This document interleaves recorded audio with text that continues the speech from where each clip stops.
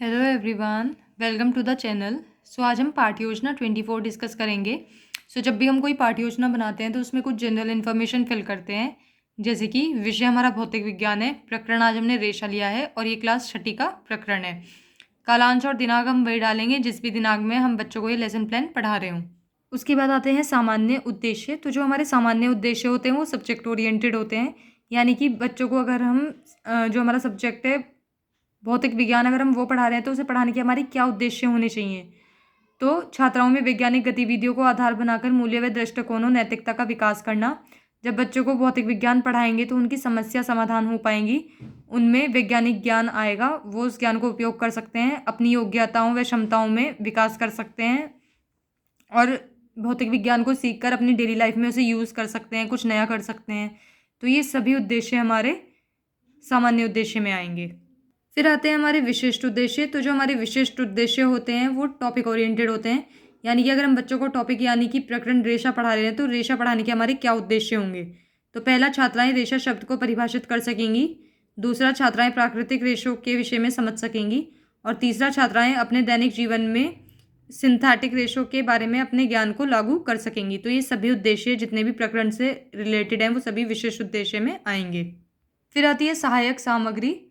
तो शाम पर चार्ट, चौक, डस्टर आदि इन सब की हेल्प से छात्र अध्यापिका बच्चों को अपनी पाठ्य योजना पढ़ाते हैं, समझाते हैं।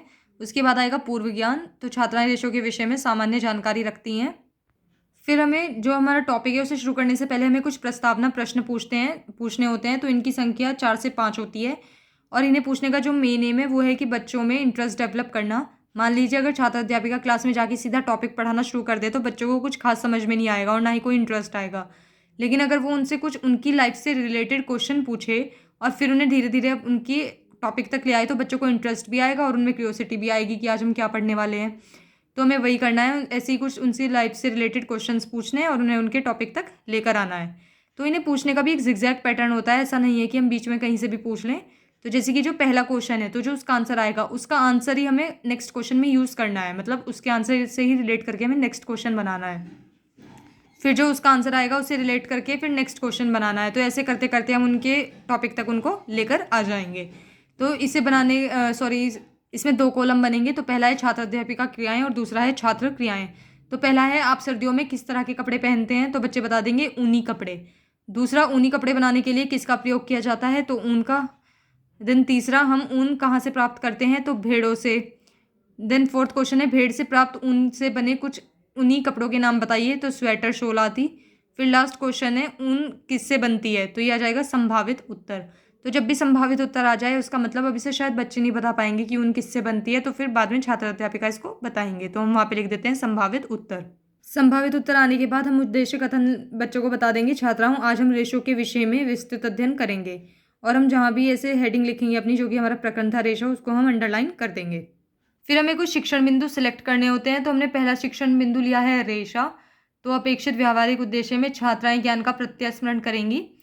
उसके बाद कुछ हमें कॉलम बनाने हैं, तो जिसमें हमने फिर तीसरा कॉलम बनाया शिक्षण अधिगम अनुभव का, जिसमें सबसे पहले छात्र अध्यापिका क्रियाएं में छात्र अध्यापिका बच्चों से विकासात्मक प्रश्न पूछेंगे। उसके बाद नेक्स्ट कॉलम बनेगा छात्र क्रियाएं, जिसमें छात्राओं के आंसर आएंगे। फिर नेक्स्ट कॉलम बनेगा शिक्षण विधि या प्रविधि का, तो वो वहाँ पे लिखा जाएगा। और उससे नेक्स्ट बनेगा मूल्यांकन का कॉलम। तो छात्र अध्यापिका क्रियाएं में सबसे पहले विकासात्मक प्रश्न, इनकी संख्या 2 से 3 होती है और ये टॉपिक शुरू करने से बिल्कुल जस्ट पहले पूछे जाते हैं और इन्हें जो मतलब टॉपिक से रिलेट करके ही पूछने होते हैं। तो पहला है हम अपने शरीर को ढकने के लिए क्या पहनते हैं, तो बच्चे बता देंगे कपड़े। दूसरा, कपड़ों का निर्माण किससे किया जाता है, तो ये आ जाएगा संभावित उत्तर। तो जब भी संभावित उत्तर आ जाए मतलब बच्चों को नहीं पता है, तो फिर छात्र अध्यापिका उनको बताएंगे। उसके बाद जो ये शिक्षण विधि या प्रविधि है तो ये प्रश्नोत्तर विधि है, क्योंकि यहाँ पे बच्चों से प्रश्न पूछे गए हैं, छात्र अध्यापिका ने पूछे हैं और बच्चों ने उत्तर दिए हैं, तो हम लिख देंगे प्रश्नोत्तर विधि। आता है छात्र अध्यापिका कथन। तो रेशो पतले, लंबे, लचीले या धागे जैसी संरचना वाले होते हैं। रेशो का उपयोग अक्सर अन्य सामग्रियों के निर्माण में किया जाता है। रेशो को सूत में काता जाता है और फिर सबसे अच्छे कपड़ों में बुना जाता है।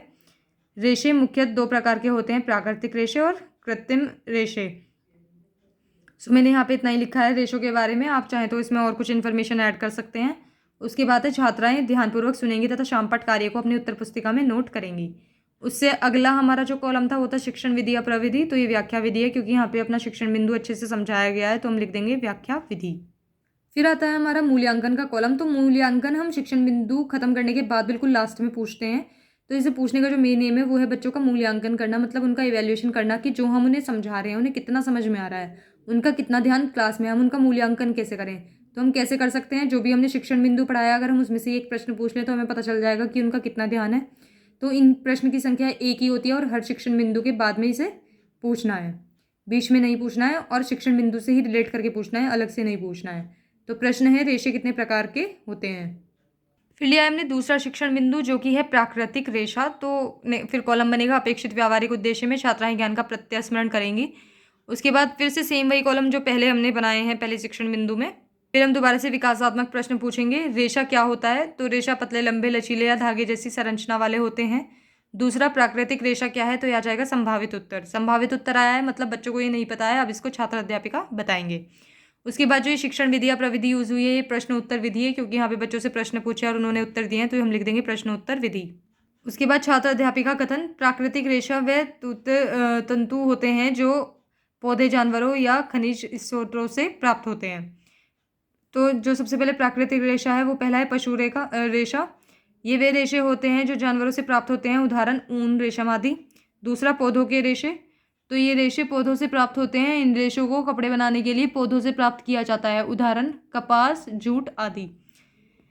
उसके बाद जो कॉलम था हमारा वो था छात्र क्रियाएं का। तो हम उसमें लिखेंगे छात्राएं ध्यानपूर्वक सुनेंगी तथा शामपट कार्य को अपने उत्तर पुस्तिका में अंकित करेंगी। फिर आती है हमारी शिक्षण विधि, तो ये व्याख्या विधि है। फिर सबसे आखिरी में हमें मूल्यांकन प्रश्न पूछना होता है। तो प्रश्न है पौधों के रेशों के विषय में बताइए। फिर आता है हमारा लास्ट शिक्षण बिंदु जो कि हमने लिया है कृत्रिम रेशे। तो ये 3 ही शिक्षण बिंदु लेने होता है हमें भौतिक विज्ञान में, तो ये हमारा तीसरा ही है। उसके बाद नेक्स्ट कॉलम अपेक्षित व्यावहारिक उद्देश्य में छात्राएं ज्ञान का प्रत्यास्मरण करेंगे। सेम वही कॉलम जो पहले बनाए थे। विकासात्मक प्रश्न पहला, पशु रेशा क्या होता है, तो वह रेशे जो हम जानवरों से प्राप्त होते हैं। फिर दूसरा कृत्रिम रेशा क्या है, तो ये आ जाएगा संभावित उत्तर, मतलब कि अब छात्र अध्यापिका बताएंगे, बच्चों को नहीं पता है। उसके बाद शिक्षण विधि या प्रविधि, तो ये प्रश्न उत्तर विधि है, क्योंकि बच्चों से प्रश्न पूछे और उन्होंने उत्तर दिया है तो हम लिख देंगे यहाँ पे प्रश्न उत्तर विधि। फिर आएगा छात्र अध्यापिका कथन। तो उद्योगों में भीतर मनुष्य द्वारा रेशों के कृत्रिम रूप से संश्लेषित किया जाता है। कृत्रिम फाइबर से कुछ उदाहरण है पहला रेयॉन, इसे लकड़ी के गूदे से बनाया जाता है, इसे कृत्रिम रेशे के रूप में भी जाना जाता है। दूसरा है हमने नायलॉन लिया है, यह पहला कृत्रिम रेशा था, इसका उपयोग रस्सी, पैराशूट, स्लीपिंग बैग, विभिन्न प्रकार के कपड़े आदि बनाने के लिए किया जाता है। उसके बाद अनुभव छात्र क्रिया में आ जाएगा। छात्राएं ध्यानपूर्वक सुनेंगी तथा शामपट कार्य को उत्तर पुस्तिका में अंकित करेंगी। उसके बाद जो ये शिक्षण विधि या प्रविधि है तो ये व्याख्या विधि है। फिर सबसे बाद में हमें पूछना होता है मूल्यांकन का जो कॉलम आता है मूल्यांकन प्रश्न। तो ये इसमें पहला है रेयॉन क्या है। फिर आते हैं पुनरावृत्ति प्रश्न। तो ये एक तरह का रिवीजन होता है, रिकैप होता है, जो भी हमने अब तक शिक्षण बिंदु पढ़ाया है हम उनमें से ही बच्चों से कुछ क्वेश्चंस पूछते हैं। ये क्वेश्चन थोड़े शॉर्ट में पूछने होते हैं जिससे हम बच्चों का अच्छे से रिवीजन करा पाएँ। हमें इन्हें अलग से नहीं पूछना होता है, जो भी हमने शिक्षण बिंदु पढ़ाया है उनमें से ही पूछना है। तो पहला है रेशों से आप क्या समझते हैं। दूसरा, रेशे कितने प्रकार के होते हैं। तीसरा, प्राकृतिक रेशे क्या होते हैं। और चौथा, रेयॉन कैसे बनता है। तो हम ऐसे शॉर्ट क्वेश्चंस पूछ के उन बच्चों का रिवीजन अच्छे से करा सकते हैं। फिर सबसे लास्ट में आता है गृह कार्य। तो गृह कार्य देना बहुत ही इंपॉर्टेंट होता है और छात्र अध्यापिका को रोज़ गृह कार्य देना चाहिए और नेक्स्ट डे आके चेक भी करना चाहिए। इनकी संख्या 3 से 4 भी हो सकती है, मैंने अभी 2 ही लिखे हैं, आप चाहें तो इसमें और ऐड कर सकते हैं। तो प्रश्न पहला है प्राकृतिक रेशो और कृत्रिम रेशे में अंतर बताइए। दूसरा, पशु रेशों के कोई 2 उदाहरण दीजिए। तो यहाँ पे हमारी पाठ्य योजना समाप्त होती है। अगर आपको भौतिक विज्ञान से जुड़ी और पाठ्य योजना चाहिए तो मैं इनका लिंक आपको पूरी प्लेलिस्ट का डिस्क्रिप्शन बॉक्स में दे दूँगी। अगर आपको ये वीडियो पसंद आई हो then please like, share and subscribe the channel. Thank you.